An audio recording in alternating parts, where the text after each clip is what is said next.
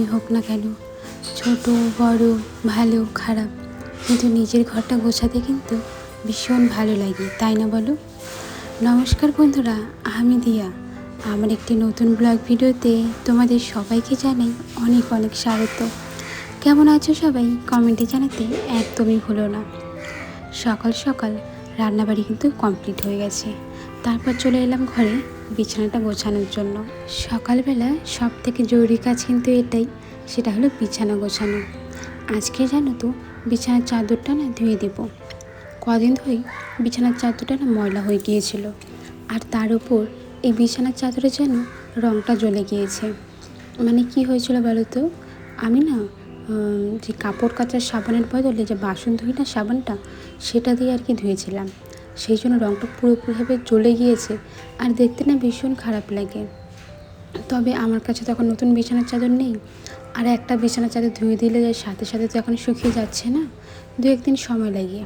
আর বিছানার চাদর না রোজ রোজ একই বিছানার চাদর দেখতেও ভালো লাগে না, মাঝে মাঝে এটা ওটা পাল্টে পাল্টে বিছানায় পেতে থাকে। আজকে আমি যে বিছানার চাদরটা পাচ্ছি, এটা কিন্তু ডিজাইনটা দেখতে বেশ সুন্দর। পুরো বিছানার চাদরে কোনো ডিজাইন নেই, একদম সিম্পল। মাঝখানে 4 জায়গায় 4টা ফুলের ডিজাইন আছে। মানে এগুলো দেখতে কী জন্য ভালো হয় বলো তো? এগুলো না মাঝখানে যে ফুল বা বড় ডিজাইন থাকে, তার জন্যই দেখতে ভালো লাগে। এবার যদি কখনো মার্কেট যাওয়া হয়, তাহলে আমি অবশ্যই বিছানার চাদর কিনবো। তা যাই হোক, চলো। এদিকে যখন বিছানাটা গোছাচ্ছিলাম না, হঠাৎ করে কারেন্টটা চলে গেল, আর ঘরটা পুরোপুরিভাবে অন্ধকার হওয়ার জন্য ঘরের জানলাগুলো আমাকে খুলে দিতে হলো। আমি যদি দিনের বেলা না ঘরের জানলাটা খোলার পর লাইট জ্বালিয়ে ভিডিও করি না, লাইটটা কাঁপতে থাকে। এই জন্য সবসময় চেষ্টা করি লাইট বন্ধ করে ভিডিও করার, আর জানলা বন্ধ করে ঘরে ভিডিও করার, তাহলে ভিডিওগুলো বেশ ভালো হয়। এদিকে আমি যখন কাজ করছিলাম, আমাকে বাইরে থেকে একজন ডাকলো, বাইরে গিয়েছিলাম। বাইরে থেকে বাড়িতে আসার সাথে সাথে দেখি গেটটা তো একটু খোলা রেখে গিয়েছিলাম, পাশের বাড়ির হাঁস দুটো বাড়িতে ঢুকে পড়েছে। এই হাঁসগুলো দেখতে যেমন মিষ্টি, এরা কিন্তু অতটা মিষ্টি নয়। যখনই দেখা হবে সাথে সাথে কিন্তু পায়ের মধ্যে ঠোকর দেওয়া শুরু করবে। এদের থেকে যতটা দূরে থাকা যায় ততটাই ভালো। এরপরেই চলে এলাম ঘরে, আর এসে দেখি লাইনটা চলে আসছে। সবার প্রথমে আমার যে আরও একটা মোবাইল আছে সেটা চার্জে দিয়ে দিলাম। আর কালকে রাত্রেবেলা তোমাদের দাদাভাই না বেশ অনেকগুলো জামা কাপড় রেখেছিল, আমাকে বলেছে সকালবেলা সব কিছু ধুয়ে দিতে। আর জামা কাপড়গুলো না আমি নিচে রেখেছিলাম, বিছানাটা ছিল। আর বিছানা যখন গোছাচ্ছিলাম ভাবলাম নিচে রেখে দিই, সেতে ধুয়েই দিব। আর নিচটা তো সবসময় আমার পরিষ্কারই থাকে, মানে ঘরের কথা বলছি। সকালে একবার ঝাড়ু দিই, আবার মাঝে যখন নোংরা হয় তখন আরও একবার, আর বিকেলের থেকে তো ঝাড়ু দিব, এটা কনফার্ম। ভালো মতো বিছানাটা গোছানো হয়ে গেছে। এখন শুধু এই পুতুলটা রাখলেই কিন্তু বিছানা আমার পুরোপুরিভাবে গোছানো কমপ্লিট। তারপর যে কাপড়গুলো ছিল সেগুলো নিয়ে চলে এলাম বাইরে। কাপড়গুলোকে না আজকাল সার্ফ জলে ভিজাইনি, ডাইরেক্ট জলে ভিজিয়ে তারপর আমি সাবান দিয়ে বেশ অনেকক্ষণ ধুয়ে দিয়েছিলাম। এই জামা কাপড়গুলোতে না সাবান দিয়ে ধুলে বেশ ভালো মতো পরিষ্কার হয়। আর বিছানার চাদর বা বালিশের কভারে সব থেকে বেশি ময়লা হয় কেন জানো? ওই যে মাথার তেল লেগে বা ময়লা লেগে, বা এখন তো ঘাম হয়, মানে গরমের জন্য ঘাম হয়। কাজে থেকে আসার পর ডাইরেক্ট বিছানায় শুয়ে পড়লে না যে একটা ঘামের যে একটা দাগ বসে যায়, আর সেগুলো সাবান দিয়ে যদি ডলে ডলে পরিষ্কার করা না হয়, তাহলে কিন্তু এগুলোর মধ্যে তিলে পড়ে যায়। এই জন্য মাঝে মাঝেই আমি ভালো মতো করে সব কিছু পরিষ্কার করি। আমার আগের ভিডিওতে নাফিসা বলেছো, খুব ভালো লাগলো ভিডিওটা আপু, আর তুমি কেমন আছো? আমি না খুব ভালো আছি, তুমি কেমন আছো অবশ্যই জানিও। রাজশ্রী বলেছো, ভালো হয়েছে বোন রান্নাগুলো, আমি মশলা কষে রান্না করি, আবার লাস্টে একটু ভাজা মশলা দিয়ে নামিয়ে নিই। বোন, নিরামিষ রান্নায় অল্প চিনি দিও, আরও টেস্ট ভালো লাগবে। তাই নাকি গো দিদিভাই? তাহলে এখন থেকে না একটু করে চিনি দিব, যাতে খেতে ভালো লাগে। রান্না না অনেক রকম হয়, এক একজন এক এক রকম ভাবে রান্না করে আর কি, আর সবার রান্নার টেস্টও হয় একদম আলাদা। রিফা বলেছো, অনেক ভালোবাসা দিয়ে দেখলাম, অনেক অনেক ধন্যবাদ বোন। পূজা লাইক দিদিভাই বলেছো, খুব খুব সুন্দর তোমার কথাগুলো আর কাজকর্মগুলো। তুমি কি রোজ চুলে তেল দাও? না গো দিদিভাই, রোজ তো দেই না। এই ধরো যেদিন শ্যাম্পু করবো তার আগে দিই, বা শ্যাম্পু করার মাঝে মাঝে আমি কিন্তু পরেও দিই। চুলগুলো না কেমন একটা উস্কো খুস্কো হয়ে থাকে, তার জন্যই আর কি মাঝে মাঝে তেল দিই। তোমাদের সাথে গল্প করতে করতেই আমার কিন্তু সবগুলো জামা কাপড় কেচে দেওয়া হয়ে গেছে।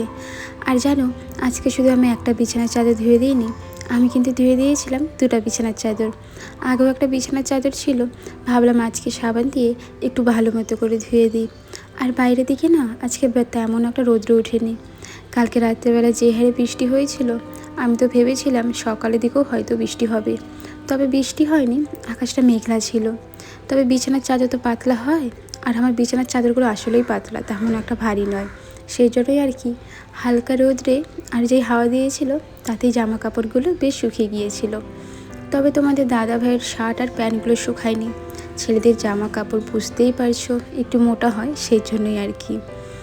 আমার একটা জিনিস বেশ সুবিধা হয় জানো, তোমাদের দাদা ভাই নয় জিন্স প্যান্ট পরে না, আর জিন্স প্যান্ট ধুতে গেলে আমার যে কী খাটনি লাগে।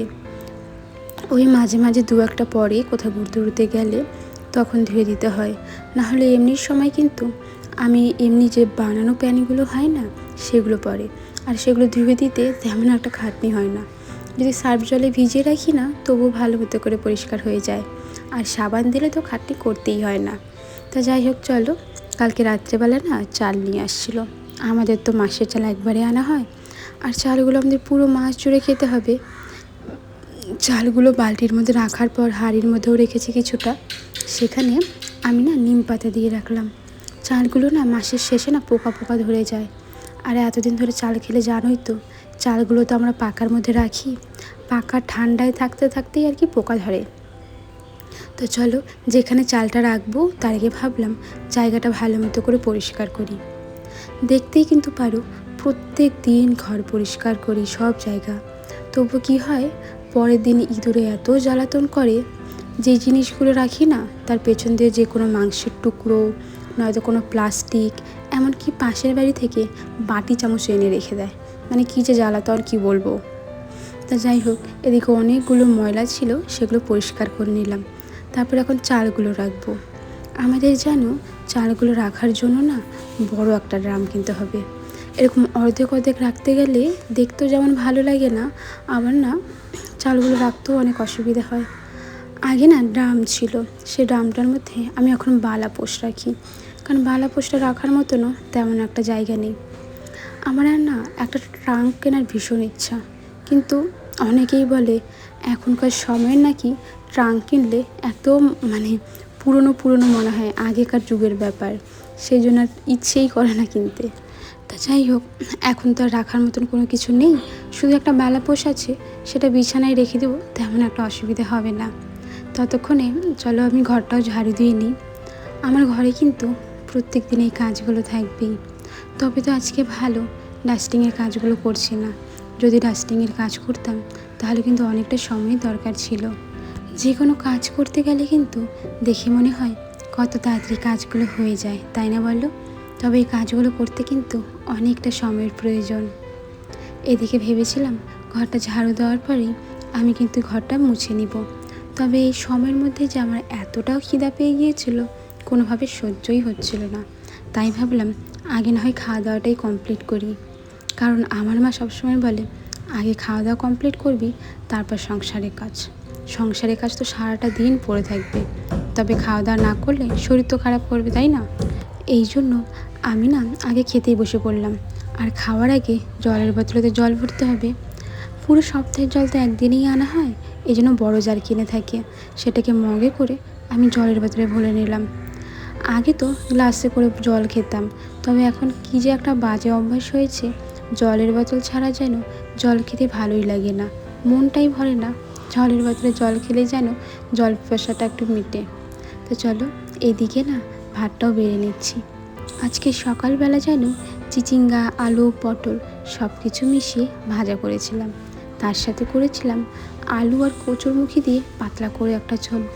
এর মধ্যে না ধনে, তেজপাতা, শুকনো লঙ্কা সব কিছু বাটা করে দিয়েছিলাম, খেতে ভীষণ ভালো হয়েছিল। খাওয়া দাওয়াটা কমপ্লিট করেই আমি কিন্তু একটা মুহূর্ত আর দেরি করিনি, সাথে সাথেই ঘরে চলে এসেছি ঘর মোছার জন্য। যত দেরি করবো দেখবে তত তাড়াতাড়ি যেন সময় চলে যাবে। সবাই তো বলে গরমের দিন পড়েছে, সারাটা দিন অনেক বড়, তবে কই গো, আমার কাজ করতে করতে সময় যে কখন চলে যায় আমি তো কিছুই বুঝতে পারি না। আমার কাছে তো অনেক ছোট মনে হয়। ঘরটা মোছা হয়ে গেলে না আমার বেশ কিছু কমেডি ভিডিও বানানোর আছে, তো সেগুলো বানিয়ে তারপর যাবো ঠাকুর ঘরে পূজা দেওয়ার জন্য। সকালে পূজা দেওয়া হয়ে গেছে, সকালে চাপ না থাকলেও কিন্তু দুপুরে আমার পূজা দেওয়ার একটা চাপ থাকে। চাপ বলতে গেলে পূজা দেওয়া তো কোনো চাপের বিষয় নয়, তবে ওই যে ধাপে ধাপে কাজগুলো করছি, তাহলে সেটা করে নিলে একবারে আর কি দুপুরের বেলার সব কাজগুলো শেষ হয়ে যায়। ঘরটা মোছার পর সিঁড়িতেও জল দিয়ে নেব। আমাদের এই পাশের অর্ধেক সিঁড়িটা দেখতে না ভীষণ বাজে লাগে, ওই যে কালো কালো মনে হয়, যেহেতু প্লাস্টার করা নেই সেই জন্য। আমরা তো কতবার ভেবেছি সম্পূর্ণ ঘর যখন প্লাস্টার করা হবে তখন এই জায়গাটাও প্লাস্টার করব, তবে কোনো না কোনোভাবে যেন বাদটা পড়েই যায়। আজকে কিন্তু আমি গোপাল সেবার জন্য কী দিব যাই না, সেটা হলো চিড়ে। চিড়েটাকে প্রথমে আমি জল দিয়ে বেশ কিছুক্ষণ ভিজিয়ে রাখবো। চিড়ে তো একদম শক্ত হয়, এমনি দিলে কিন্তু অনেক অসুবিধা হয়ে যেতে পারে ঠাকুরের খেতে, সেই জন্যই আর কি। তো চলো, যতক্ষণ পর্যন্ত আমি চিড়েটাকে ভিজিয়ে রাখবো আমি চলে যাব গাছ থেকে ফুল নিয়ে আসতে। আমাদের বাড়িতে যে কটা ফুল হয় আমি তা দিয়েই পুজো দিয়ে থাকি। বাড়ির গাছের ফুল দিয়ে পূজা দেওয়ার জন্য একটা আলাদাই শান্তি। তোমরা সবাই নিজেদের বাড়ির গাছের ফুল দিয়ে পূজা দাও নাকি বাজার থেকে কিনে আনো, সেটা আমাকে অবশ্যই জানিও। চলো, চিড়েটাকে ভালো মতো ধুয়ে কিন্তু তারপর আমি ঠাকুরকে দেবো। আর শুধু চিড়ে দিব না, তার সাথে কিন্তু আমি কিছুটা গুঁড়ো দেবো, কারণ এমনি এমনি দিলে কিন্তু খেতে ভালো লাগবে না। তো চলো বন্ধুরা, আজকের মতন আসি, তোমাদের সাথে দেখা হবে নতুন একটি ভিডিওতে। সবাই